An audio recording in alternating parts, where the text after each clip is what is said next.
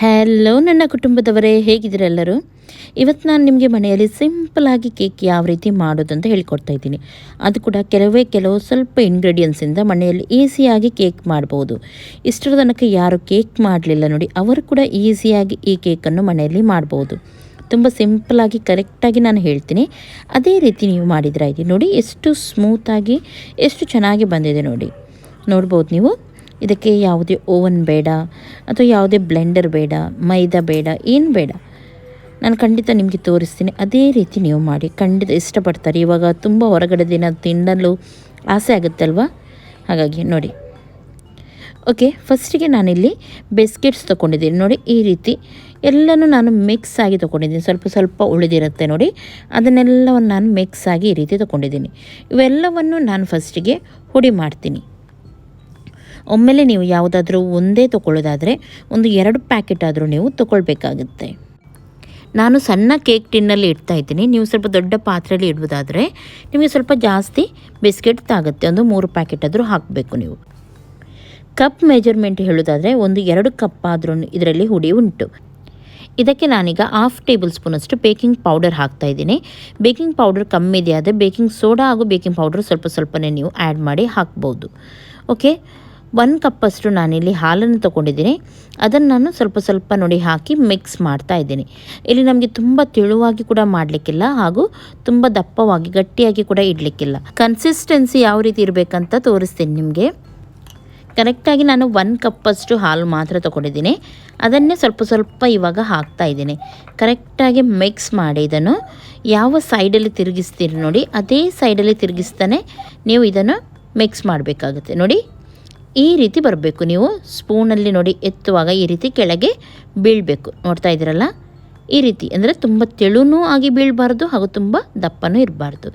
ಈ ಕಡಾಯಿ ನಾನು ತೊಗೊಂಡಿದ್ದೀನಿ. ಗ್ಯಾಸನ್ನು ಫಾಸ್ಟಲ್ಲಿ ಇಟ್ಟಿದ್ದೀನಿ. ಸ್ವಲ್ಪ ನಾನಿಲ್ಲಿ ಪ್ರೀ ಹೀಟ್ ಮಾಡ್ತಾ ಇದ್ದೀನಿ. ಅಂದರೆ ಫಸ್ಟಿಗೆ ಸ್ವಲ್ಪ ಹೀಟ್ ಮಾಡಬೇಕು ನಾವು ಇಡೋದಕ್ಕಿಂತ ಮೊದಲು. ಈ ರೀತಿ ಯಾವುದಾದ್ರೂ ಸ್ಟ್ಯಾಂಡ್ ಇದ್ದರೆ ಇಡಿ ಹಾಗೂ ಗ್ಯಾಸನ್ನು ಫಾಸ್ಟಲ್ಲಿ ಇಟ್ಟು ಒಂದು 5 ನಿಮಿಷದವರೆಗೂ ಇಡಿ. ಇಲ್ಲಿ ಆಯಿಲ್ ಗ್ರೀಸಿಂಗ್ ಮಾಡ್ತಾ ಇದ್ದೀನಿ ನಾನು. ನೋಡಿ, ಈ ಕೇಕ್ ಟಿನ್ನಲ್ಲಿ ನಾನು ಮಾಡ್ತಾಯಿದ್ದೀನಿ. ಸ್ಟೀಲ್ ಇದೆ ಆದರೆ ಅದರಲ್ಲಿ ಕೂಡ ನೀವು ಮಾಡ್ಬೋದು.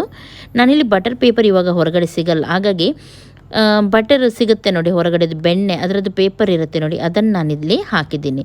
ಇದು ಇಲ್ಲದಿದ್ದರೆ ನೀವು ಹಾಕಬೇಕಂತ ಇಲ್ಲ, ಡೈರೆಕ್ಟಾಗಿ ಆಯಿಲ್ ಹಾಕಿ ನೀವು ಇದನ್ನು ಹಾಕ್ಬೋದು. ನೋಡಿ ಈ ರೀತಿ ನೀವು ಹಾಕಿದರೆ ಆಯಿತು. ಯಾವ ರೀತಿ ಬೀಳ್ತಾ ಉಂಟು ನೋಡ್ತಾ ಇದ್ದೀರಲ್ಲ, ಆವಾಗ ನಿಮಗೆ ಗೊತ್ತಾಗುತ್ತೆ ಯಾವ ರೀತಿ ಬರಬೇಕು ಹಿಟ್ಟು ಅಂತ ಹೇಳಿ. ನೋಡಿ ಬ್ಯಾಟರ್ ಈ ರೀತಿ ಇರಬೇಕು ಕೇಕಿದ್ದು. ಓಕೆ, ಇದನ್ನು ಟ್ಯಾಪ್ ಮಾಡಿ ಈ ರೀತಿ ಏರ್ ಬಬಲ್ಸ್ ಎಲ್ಲ ಇದ್ದರೆ ಎಲ್ಲ ಹೋಗಬೇಕು. ನೋಡಿ ಈ ರೀತಿ ನೀವು ಟ್ಯಾಪ್ ಮಾಡಬೇಕು. ನೋಡಿ ಬಿಸಿಯಾಗಿದೆ ನೋಡ್ಬೋದು ನೀವು. ಇವಾಗ ನಾನು ಇದನ್ನು ಇದರಲ್ಲಿ ಇಡ್ತಾ ಇದ್ದೀನಿ ಹಾಗೂ ಇದನ್ನು ಮುಚ್ಚೋಣ.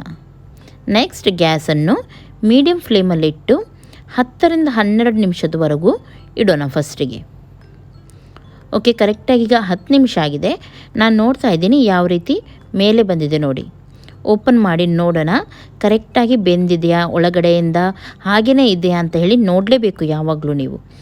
ಮೇಲ್ಗಡೆಯಿಂದ ಕಾಣುವಾಗ ಬೆಂದಾಗೆ ಕಾಣುತ್ತೆ, ಆದರೆ ಒಳಗಡೆ ಕೆಲವೊಮ್ಮೆ ಬೆಂದಿರೋದಿಲ್ಲ. ನೋಡಿ ಕಡ್ಡಿಯಲ್ಲಿ ತಾಗುತ್ತೆ, ನೋಡ್ಬೋದು ನೀವು.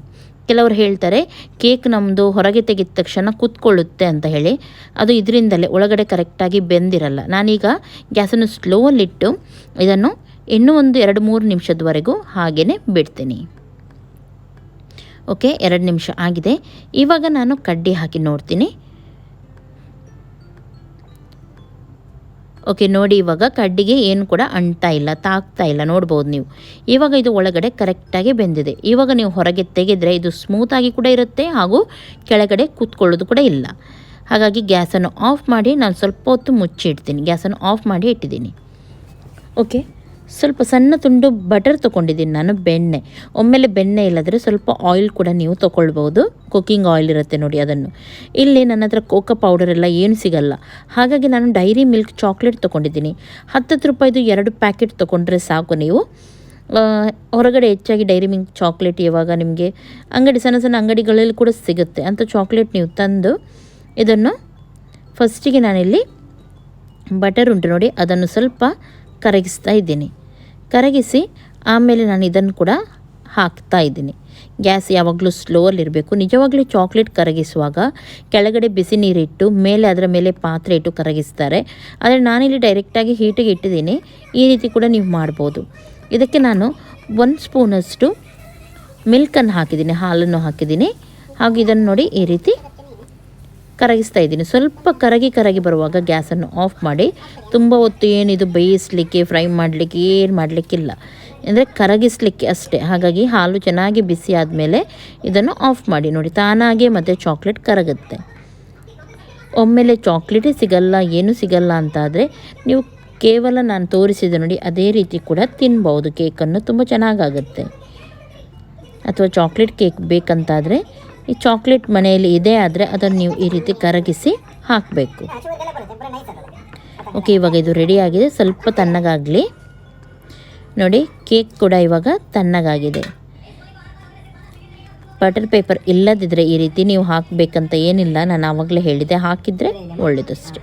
ನೋಡಿ ಸ್ಮೂತಾಗಿ ಚೆನ್ನಾಗಿ ಬಂದಿದೆ. ಇದು ಮೇಲ್ಗಡೆದ್ದು ನಾನು ಇದನ್ನು ತೆಗಿತೀನಿ, ಒಂದೇ ರೀತಿ ಬರಬೇಕಂತ ಹೇಳಿ. ಹಾಗಾಗಿ ಮೇಲ್ಗಡೆ ಇದನ್ನು ತೆಗಿತೀನಿ. ಇದನ್ನು ನಾನು ವೇಸ್ಟ್ ಮಾಡಲ್ಲ, ನಾನು ತೋರಿಸ್ತೀನಿ ನೆಕ್ಸ್ಟ್ ಇದು ಏನು ಮಾಡ್ತೀನಿ ಅಂತ ಹೇಳಿ. ಓಕೆ, ನೋಡಿ ಒಳಗಡೆ ಚೆನ್ನಾಗಿದೆ. ಬೇಕಿದ್ದರೆ ನೀವು ಸ್ವಲ್ಪ ನೋಡಿ ಸ್ಮೂತ್ ಇದೆ ನೋಡಿ. ಇದಕ್ಕೆ ಸಕ್ಕರೆ ಬಿಸಿ ನೀರಲ್ಲಿ ಕರಗಿಸಿ ಸ್ಪ್ರಿಂಕ್ಲ್ ಮಾಡ್ಬೋದು. ಇದರ ಮೇಲೆ ಸ್ವಲ್ಪನೇ ಹಾಕ್ಬೋದು, ಇನ್ನೂ ಕೂಡ ಸ್ಮೂತ್ ಆಗುತ್ತೆ. ನಾನಿಲ್ಲಿ ಡೈರೆಕ್ಟ್ ಇವಾಗ ನೋಡಿ ಚಾಕ್ಲೇಟ್ ಮೆಲ್ಟ್ ಮಾಡಿದ್ದೀವಿ ನೋಡಿ, ಅದನ್ನು ಹಾಕ್ತಾ ಇದ್ದೀನಿ. ಇನ್ನೂ ಕೂಡ ನಿಮಗೆ ಟೈಮ್ ಇದೆ ಅಥವಾ ನಿಮ್ಮ ಹತ್ರ ಚಾಕ್ಲೇಟ್ ಜಾಸ್ತಿ ಇದೆ ಅಂತಾದರೆ ಈ ಕೇಕನ್ನು ನೀವು ಅರ್ಧ ಭಾಗ ಮಾಡಿ ಕರೆಕ್ಟಾಗಿ ಮಿಡ್ಲಲ್ಲಿ ಕೂಡ ನೀವು ಚಾಕ್ಲೇಟ್ ಸಿರಪ್ಪನ್ನು ಈ ರೀತಿ ಮಾಡಿ ಹಾಕ್ಬೋದು. ತುಂಬ ಚೆನ್ನಾಗಾಗುತ್ತೆ. ಮನೆಯಲ್ಲಿ ಹರ್ಷಿ ಸಿರಪ್ ಇದೆ, ಅದೇ ನ್ಯೂಟ್ರೆಲ್ಲ ಇದೆ ಆದರೆ ಚಾಕ್ಲೇಟ್ ನ್ಯೂಟ್ರೆಲ್ಲ ಸಿಗುತ್ತೆ ನೋಡಿ, ಅದನ್ನು ಕೂಡ ನೀವು ಹಾಕ್ಬೋದು, ಚೆನ್ನಾಗಾಗುತ್ತೆ. ಓಕೆ, ನೋಡಿ ಈ ರೀತಿ ಮಾಡಿ ನೋಡಿ. ಲೆವೆಲ್ ಆಗಿ ನಿಮಗೆ ಹೇಗೆ ಬರುತ್ತೆ ನೋಡಿ ಹಾಗೆ ಮಾಡಿ. ಟೇಸ್ಟ್ ಮಾತ್ರ ಚೆನ್ನಾಗಿದ್ರೆ ಆಯಿತು. ನೋಡಿ ನಾವು ಶಾಪಲ್ಲಿ ಏನೂ ಮಾರಲಿಕ್ಕಿಲ್ಲ ಇದನ್ನು. ನೋಡಿ ಇದನ್ನು ನಾನು ವೇಸ್ಟ್ ಮಾಡಲ್ಲ, ಇದನ್ನು ಸ್ವಲ್ಪ ಮಿಕ್ಸಿಯಲ್ಲಿ ಹಾಕಿ ಗ್ರೈಂಡ್ ಮಾಡ್ತೀನಿ.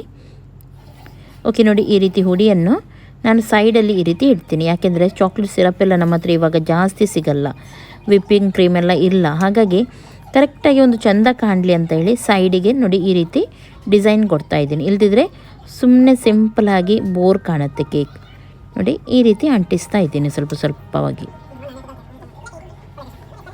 ಇದರಿಂದ ನೋಡಲಿಕ್ಕೂ ಚೆನ್ನಾಗಿ ಕಾಣುತ್ತೆ ನೋಡಿ. ಈ ರೀತಿ ಇದೇ ರೀತಿ ರೌಂಡಾಗಿ ನೀವು ಹಾಕಿದರೆ ಆಯ್ತು. ಇದನ್ನು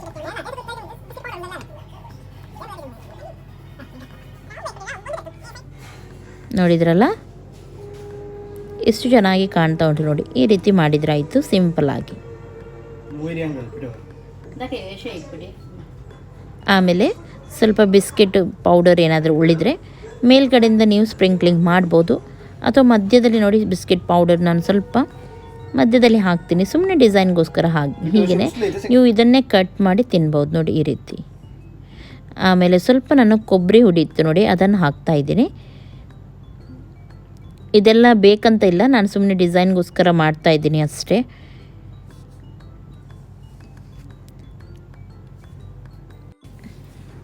ಓಕೆ, ನೋಡಿ ಸಿಂಪಲಾಗಿ ಚೆನ್ನಾಗಿ ಕಾಣ್ತಾ ಉಂಟು. ಚೆರಿ ಅಥವಾ ಏನಾದರೂ ಇದೆ ಮಿಡ್ಲಲ್ಲಿ ಇಟ್ಟುಬಿಡಿ. ನಾನಿಲ್ಲಿ ಟೂಟಿ ಫ್ರೂಟಿಯನ್ನು ಇಟ್ಟಿದ್ದೀನಿ, ಅದು ಸ್ವಲ್ಪ ಇತ್ತು ಮನೆಯಲ್ಲಿ, ಅದನ್ನೇ ನಾನು ಇಟ್ಟಿದ್ದೀನಿ. ಅಥವಾ ಏನಿಲ್ಲದಿದ್ದರೂ ಪರವಾಗಿಲ್ಲ. ನೋಡಿದ್ರಲ್ಲ, ಖಂಡಿತವಾಗ್ಲೂ ಇದನ್ನು ಟ್ರೈ ಮಾಡಿ, ನೀವು ಖಂಡಿತ ಇಷ್ಟಪಡ್ತೀರಾ. ಸಿಂಪಲಾಗಿ ಆಗಿ ಹೋಯ್ತು ನೋಡಿ ಒಂದು ಕೇಕ್. ಇದೇ ರೀತಿ ಮಾಡಿ ತಿಂದು ನನಗೆ ಹೇಳಿ ಯಾವ ರೀತಿ ಆಗಿತ್ತಂತ ಹೇಳಿ. ಇವತ್ತಿನ ಈ ರೆಸಿಪಿ ನಿಮಗೆ ಇಷ್ಟ ಆಯ್ತು ಅಂದಾದರೆ ಪ್ಲೀಸ್ ಲೈಕ್ ಮಾಡಿ, ನಿಮ್ಮ ಫ್ರೆಂಡ್ಸ್ ಜೊತೆ ಎಲ್ಲರ ಜೊತೆ ಇದನ್ನು ಶೇರ್ ಮಾಡಿ. ಹಾಗೂ ನನ್ನ ಚಾನಲ್ಗೆ ಯಾರು ಇನ್ನೂ ಕೂಡ ಸಬ್ಸ್ಕ್ರೈಬ್ ಮಾಡಲಿಲ್ಲ ನೋಡಿ, ಅವರು ಸಬ್ಸ್ಕ್ರೈಬ್ ಮಾಡಿ, ಪಕ್ಕದಲ್ಲಿರುವ ಬೆಲ್ ಬಟನ್ ಕೂಡ ಕ್ಲಿಕ್ ಮಾಡಿ. ಓಕೆ, ನಾನಿವಾಗ ಇದನ್ನು ಕಟ್ ಮಾಡಿ ಕೂಡ ತೋರಿಸ್ತೀನಿ ಮಿಡ್ಲಲ್ಲಿ ಯಾವ ರೀತಿ ಇದೆ ಅಂತ ಹೇಳಿ. ನೋಡಿ ಸ್ಮೂತಾಗಿ ಬಂದಿದೆ, ಬಾಯಲ್ಲಿ ನೀರು ಬರ್ತಾ ಉಂಟಲ್ವಾ ನೋಡಿ. ಇವಾಗ ಯಾರ್ದಾದ್ರೂ ಬರ್ಡೇ ಇದೆ ಏನಿದೆ ಆದರೆ ನೀವು ಈ ರೀತಿ ಖಂಡಿತವಾಗ್ಲೂ ಮಾಡಿ ಸರ್ಪ್ರೈಸ್ ಕೊಡಿ. ನೋಡಿ ಓಪನ್ ಮಾಡ್ತಾ ಇದ್ದೀನಿ ನೋಡಿ, ಒಳಗಡೆಯಿಂದ ಎಷ್ಟು ಚೆನ್ನಾಗಿದೆ ನೋಡಿ. ಓಕೆ, ಖಂಡಿತ ಟ್ರೈ ಮಾಡಿ ನನಗೆ ಹೇಳಿ. ಎಲ್ಲರಿಗೂ ಟೇಕ್ ಕೇರ್. ಬಾಯ್ ಬಾಯ್.